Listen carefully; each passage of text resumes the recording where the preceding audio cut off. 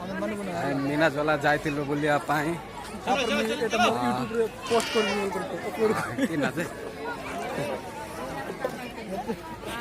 ଏଠି ଯେତିକି ହିନ୍ଦୁ ଭାଇ ଭଉଣୀ ମାନେ ଆଉ ଖ୍ରୀଷ୍ଟିଆନ ଭାଇ ଭଉଣୀ ସମସ୍ତେ ଆସନ୍ତି।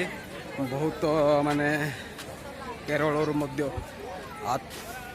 ତାମିଲନାଡ଼ୁ ଆନ୍ଧ୍ରପ୍ରଦେଶ ଦେଇ ବି ସମସ୍ତେ ଆସନ୍ତି ବହୁତ ଲୋକ। ହ୍ୟାଲୋ ଗାଇସ୍, ଆପଣମାନେ ଦେଖିପାରୁଛନ୍ତି ମିନାଜାଲାର ଯାତ୍ରା କରୁଥିବା ଯାତ୍ରୀ। ଏଠାରେ ଆନ୍ଧ୍ରପ୍ରଦେଶ ଦେଇ ଆଉ ତାମିଲନାଡ଼ୁରୁ ମଧ୍ୟ ଆସନ୍ତି ଲୋକ।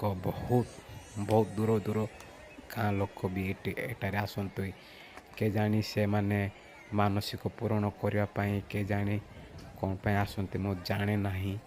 ଏତିକି ଲୋକ ଏତେ ଗାଡ଼ି ଭଡ଼ା ଖର୍ଚ୍ଚ କରିକି କେତେ ପଇସା ଖର୍ଚ୍ଚ କରି ଏଠାରେ ଆସୁଛନ୍ତି। କେତେଜଣ ଭଲ ହେଉଛନ୍ତି, କେତେଜଣ ଭଲ ହେଉନାହାନ୍ତି।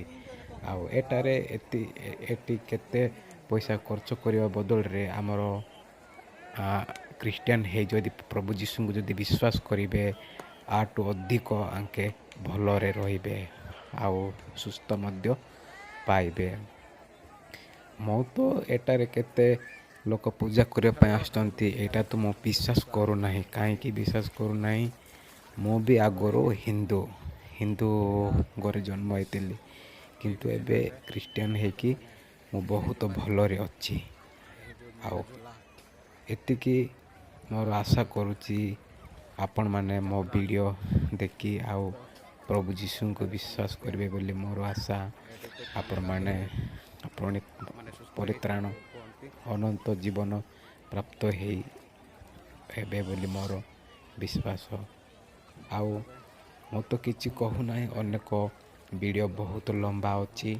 ଏଠାରେ ଦେଖୁଛନ୍ତି କେତେଜଣ ପାଣି ଗାଧଉଛନ୍ତି, କେତେଜଣ ବାଲିକୁ ମଧ୍ୟ ମୂର୍ତ୍ତି କରି ପୂଜା କରୁଛନ୍ତି, କେତେଜଣ ନଡ଼ିଆ ବାଡ଼ଉଛନ୍ତି, କେତେଜଣ କ'ଣ କରୁଛନ୍ତି ତାଙ୍କୁ ଜଣା। ମୁଁ ତ ସେଟା ଜାଣେ ନାହିଁ। ହିନ୍ଦୁ ଭାଇ ଭଉଣୀ ମାନଙ୍କୁ ଜଣା। ହେଲେ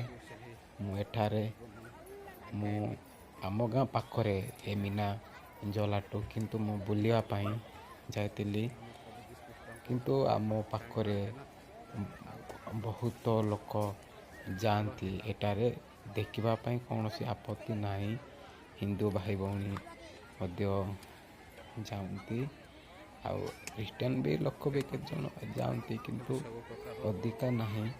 ଖାଲି ମାଇଣ୍ଡ ଫ୍ରି ଟାଇମ୍ ପାସ୍ ପାଇଁ ଯାଆନ୍ତି ତାଙ୍କେ। ଖାଲି ବଜାର ବୁଲିବା ପାଇଁ ଆଉ କ'ଣ ଜିନିଷ କିଣାକିଣି କରିବା ପାଇଁ ଯାଆନ୍ତି। ସେଠାରେ ପୂଜା କରିବା ପାଇଁ କିଛି ଯାଆନ୍ତି ନାହିଁ। ଜାଣିନି, ଏହା ମୋର ଅନ୍ଧବିଶ୍ୱାସ।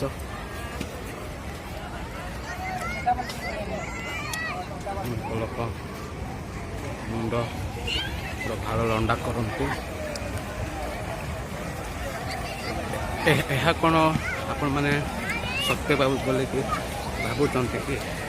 ନା ଏହା ସବୁ ମିଥ୍ୟା।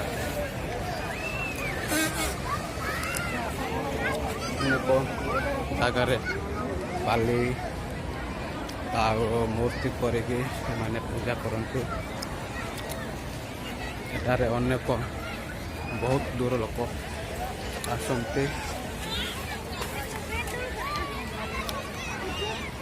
କିନ୍ତୁ ଏହା ବିଶ୍ୱାସ କରୁନାହିଁ।